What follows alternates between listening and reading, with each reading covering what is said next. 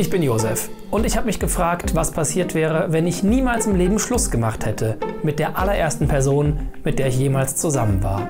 Und so habe ich nach fast 20 Jahren Imke wieder getroffen.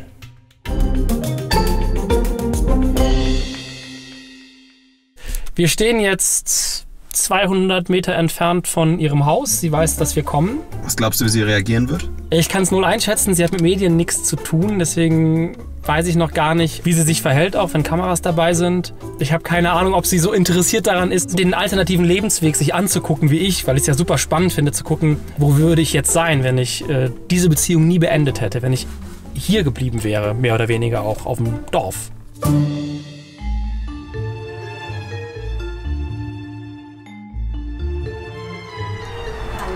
Hallo! Na? Ja? Wie geht's dir? Gut, und selbst? Sehr gut. Ich erinnere mich noch, das war bei Samuel auf der Party. Genau. Also in meiner Erinnerung ist der Abend so abgelaufen, dass ich Samuel erklärt habe, dass ich beschlossen habe, dass ich dich frage, ob ich mit dir zusammen sein kann. Und dann habe ich dich gefragt und du warst ja unsicher, hast gesagt, ja, okay. Ja, okay, ist eine tolle Aussage, ne?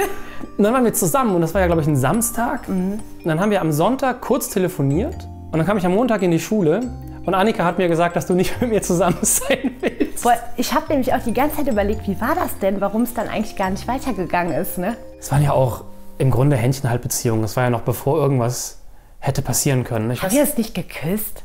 Ja? Ich meine, wir haben uns geküsst, ja. Da war, weiß ich noch ganz genau, da waren wir dann im Kinderzimmer und das Licht war aus. Ja, stimmt. Und dann haben wir da so gehangen, Händchen gehalten und so gekuschelt und dann haben wir uns auch geküsst.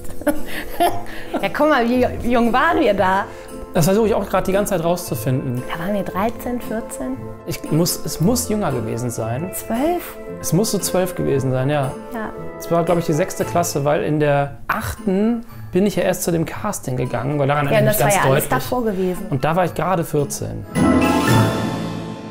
Ich habe in meiner Schulzeit in 2 großen Filmen mitgespielt. Einer davon war der Kinofilm Crazy. Als ich 14 war, habe ich dort mitgespielt. Und in der Zeit habe ich mich aber auch relativ schnell verändert, weil ich ja für 3 Monate nur mit Erwachsenen rumgehangen habe.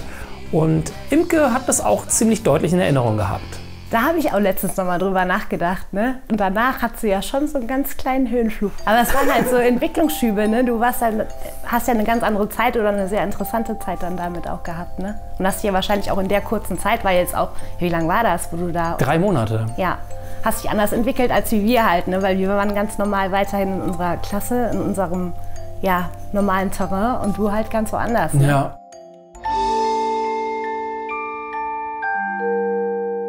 Und was ist aus dir geworden in den fast 20 Jahren? Ich würde sagen, ich habe mich positiv weiterentwickelt. Ich habe ja gerade schon mal meine Schüchternheit angesprochen damals. Also ich fand mich damals mega schüchtern, wo ich so denke, hä, warum eigentlich? Ne? Da bin ich echt froh, dass sich das gebessert hat, dass ich mittlerweile gut auf Menschen zugehen kann, mit Menschen ohne Probleme reden kann. Ja, und sonst würde ich sagen, komme ich halt ganz gut im Leben klar. Ne? Ich weiß, gewisse Werte zu schätzen. Ja, Familie, Freunde sind mir total wichtig. Mein Job ist mir sehr wichtig. Dass ich gutes Geld verdiene, in dem Sinne, ne? Dass ich viel von der Welt sehe. Ich reise ja sehr gerne. Ich bin mit meinem Job total zufrieden, obwohl manchmal denke ich so, boah, hättest du vielleicht doch wieder ein bisschen mehr was Soziales gemacht, ne? Ich denke immer so, boah, ich wäre besser OP-Schwester oder so. Weil ich so die Materie Mensch und Körper total interessant finde. Ich denke immer so, boah, ich würde da schon mal gerne so reingucken. Und du hilfst aber ja Menschen auch damit, weißt du? Aber Körper aufschneiden fändest du mal spannend. Ja, habe ich ja noch nie in meinem Leben gemacht. Aber ich würde sagen, ich glaube, das würde mich sehr interessieren, weil ich habe jetzt auch kein Problem mit Blut oder irgendwelchen ekligen Sachen so in dem Sinne, ne? Was manche Leute als eklig betrachten. Ja. Ja. Spannend. Ich wollte ja immer Filme machen und da ich keine Filme machen konnte, als wir uns kannten, habe ich ja versucht, als Schauspieler was zu machen, weil ich irgendwie ans Set konnte. Und direkt, als ich dann Abi gemacht habe und aus der Schule raus war, habe ich mich an Filmhochschulen beworben und habe angefangen, diesen Weg zu gehen und mache auch genau das jetzt. Bin Regisseur und Drehbuchautor. Aber ich glaube, das ist schon persönlich auch sehr bereichernd, wenn du so einen kreativen Job eigentlich in dem Sinne machst, ne? Und das warst du ja immer auch gewesen. Also wirklich ja von deiner Jugend an, von deiner frühen Jugend an, hast du ja eigentlich darauf hingearbeitet und machst das jetzt wirklich, was du dir damals ja erträumt hast. Ja, das stimmt. Weil ich sag mal, wo du dann quasi im 8. Schuljahr gedacht hast, so, da und da möchte ich hin, Da habe ich noch nie in meinem Leben darüber nachgedacht, was ich mal werden möchte. Nachdem wir so ein bisschen aufgeholt hatten, was passiert ist, wo unser Leben jetzt ist, wollte ich mit ihr gemeinsam rausfinden, was passiert wäre, wenn wir nie Schluss gemacht hätten. Wo wären wir heute? Wir gehen im Leben ja so viele verschiedene Total. Wege oder treffen Entscheidungen, wie du ja auch sagst, du hast diese Beziehungen, die ich sehr geprägt habe, die habe ich natürlich genauso gehabt. Natürlich. Wenn man dann mal überlegt, was passiert wäre, wenn wir damals mit 11, 12 gesagt hätten, das ist es. Das ist die Beziehung. Du bist hier geblieben, ich bin durch die gesamte Welt gereist. Wo wären wir jetzt? Ja, das ist wirklich eine gute Frage. Keine Ahnung. Also früher habe ich ja immer gedacht, so auch mit 12 schon, ja, dann willst du früh heiraten, Kinder und den ganzen Standardgedöns halt. Ne? Ja. Da wärst du wahrscheinlich derjenige gewesen, weil du halt ganz anders bist als ich charakterlich, der gesagt hätte, nee, das passt halt einfach noch nicht. Und wenn das ja funktioniert hätte, ich glaube, wir hätten eigentlich ein ganz cooles Leben. Aber ich wäre jetzt nicht hier. Und ob du jetzt dann auch in Köln wärst oder ob wir in Berlin wären oder keine Ahnung wo, alles möglich. Ne? Es hätte sein können, dass wir nach Berlin, ich bin ja auch nach Berlin gegangen, dass wir zusammen nach Berlin gegangen wären. Was hättest du denn da gearbeitet? Wahrscheinlich hätte ich dann auch erstmal vielleicht in der Gastro gejobbt. Vielleicht hätte ich ja dann mal angefangen zu studieren. Habe ich auch immer gedacht, dass ich das noch tun würde. Nur ich wusste halt nicht, was ich machen soll. Also nicht, welchen Themenbereich, weißt du. Und deshalb habe ich es auch bleiben lassen dann irgendwann, weil ich nie irgendwie wirklich sowas hatte, wo ich gedacht habe, ja, das möchtest du mal werden. Also so einen Traumberuf habe ich irgendwie nie in meinem Leben gehabt. Aber vielleicht, wenn ich ja, sag ich mal, mit dir zusammengeblieben wäre, hätte ich mich ja vielleicht auch kreativ ganz anders weiterentwickelt. Ich konnte ja auch immer gut malen. Also es war auch immer mein Ding, was mir mega viel Spaß gemacht hat. Vielleicht wäre ich ja auch dann in so eine Sparte reingegangen. Also ich glaube schon, dass dann die Entwicklung wirklich komplett anders gewesen wäre, als wie wir beide uns jetzt gegensetzen, also in den unterschiedlichen 2 Wegen halt weiterentwickelt haben. Ne? Du hast ja gesagt, mit 30 war so der Punkt, wo du sagst, du willst Kinder kriegen. Ja. Ne? Weil ich ganz lange wollte ich gar keine Kinder. Ganz lange habe ich gesagt, auf keinen Fall. Dann war ich auf dem Trip nur adoptieren. Es gibt viel zu viele Kinder in Heimen. Und dann habe ich irgendwann gedacht, ja gut, nur weil ich Kinder kriegen so scheiße finde, muss ja nicht jemand drunter leiden. Also 1 adoptieren, 1 kriegen. Ja. Und das ist so gerade der Weg, den ich gut finde. Ja, sehe ich eigentlich ähnlich wie du, weil es gibt ja wirklich viele Kinder auf dieser Welt, die keine Eltern mehr haben oder aufgrund irgendwelcher Ereignisse, die nicht bei ihren Eltern sein können, dass du denen ein gutes Zuhause geben kannst. Ne? Ich habe ja mittlerweile auch endlich mal einen Partner gefunden. Hat das lange gedauert? Ja, ich war 8 Jahre lang Single, ne? Ja. Ja, mein jetziger Freund, der ist halt auch adoptiert. Spannend. Ja, der ist, also der hat türkische Wurzeln, aber seine Eltern sind jetzt deutsch. Also die sind auch für ihn Mama und Papa ganz normal. Er sagt auch, ne, keine Ahnung, der hat nie Kontakt mit denen gehabt, wollte auch nie haben. Sagt er, nö, das sind meine Eltern. Ne? Aber der ist halt mit 6 Wochen auch schon adoptiert worden. Oh, okay. Das war ja wirklich sehr früh, der kennt ja nichts anderes in dem Sinne. Ne? Aber der sagt auch immer, ich will auch ein Kind adoptieren und einen so haben. Da wäre das ja gar kein Thema. Nee.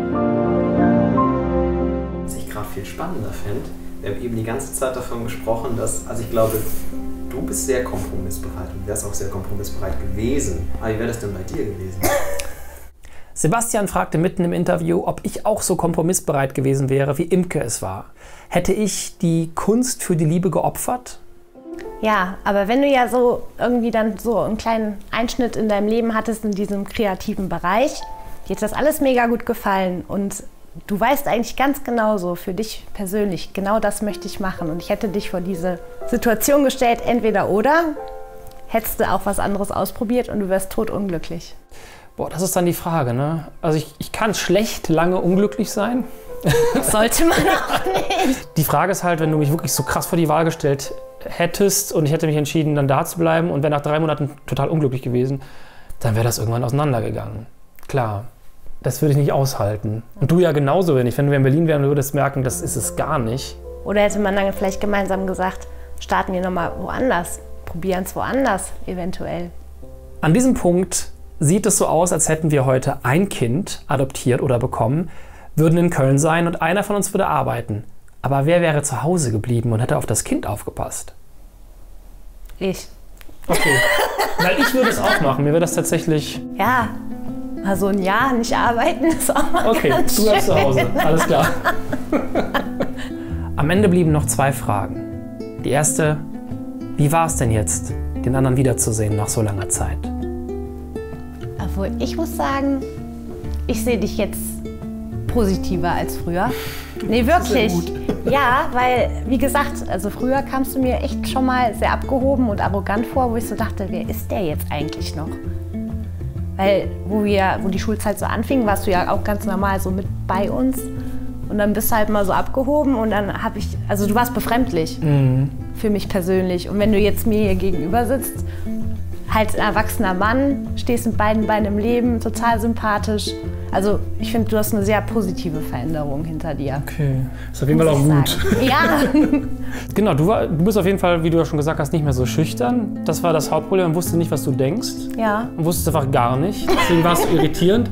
Deswegen lerne ich dich eigentlich jetzt erst richtig kennen. Ja. Deswegen ist das für mich, glaube ich, kann ich das nicht so miteinander so stark vergleichen, weil damals warst du halt total verschlossen, bis auf diesen einen Abend. Gab es keine Anknüpfpunkte. Und da gab es keinen Alkohol. Ohne Alkohol, ja. Stimmt. Und die letzte Frage, die noch im Raum stand. Gehen wir davon aus, ihr wärt nicht zusammen gewesen. Ihr wärt gar nicht in der gleichen Klasse gewesen, nicht in der gleichen Schule. Ihr würdet euch jetzt begegnen. Sagen wir mal bei einem Blind Date, beim Speed Dating. Mal ganz ehrlich, wäre da was oder wäre da nichts? Würde da ein Funken überspringen oder nicht? Also wir beide sind Single, lernen uns heute kennen. Also ich hätte dich schon nach deiner Nummer gefragt, ob du noch mal einen Kaffee mit mir trinken gehen würdest. Ich würde das auf jeden Fall ausprobieren.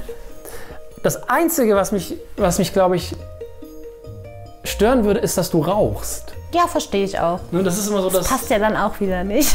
Nee, weil Küssen ist einfach eklig. Ja, aber ich kann das total nachempfinden, weil wenn ich auch mal nicht geraucht habe und ich einen Partner hatte, der raucht, fand ich das auch absolut eklig. Und das geht auch nicht. Obwohl heutzutage sehe ich das schon alles ein bisschen entspannter, als wie ich das mal gesehen habe. Auch wenn ich jetzt zum Beispiel ein Haus gekauft hätte, ich jetzt keinen Partner hätte und jemanden kennenlernt, der in der Stadt wohnt. Ja, wenn das dann so ist, dann...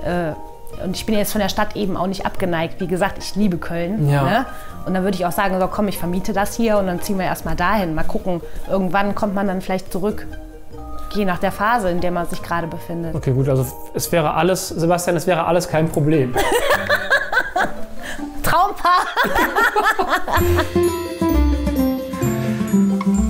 Ich komme gerade vom Dreh mit Imke. Wir haben gerade die erste Folge von Was wäre wenn gedreht.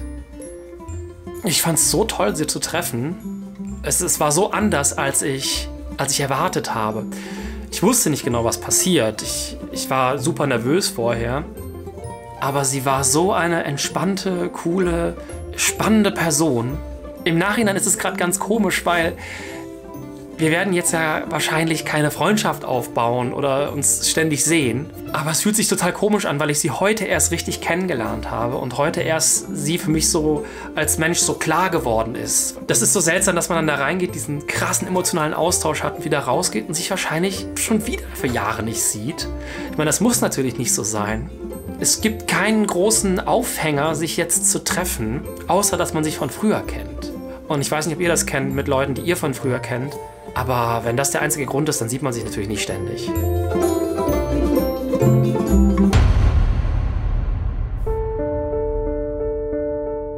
Ich will wissen, was wirklich abgeht. Und mit Get Inside möchte ich so nah rankommen an die Szene wie noch kein anderes Doku-Format zuvor.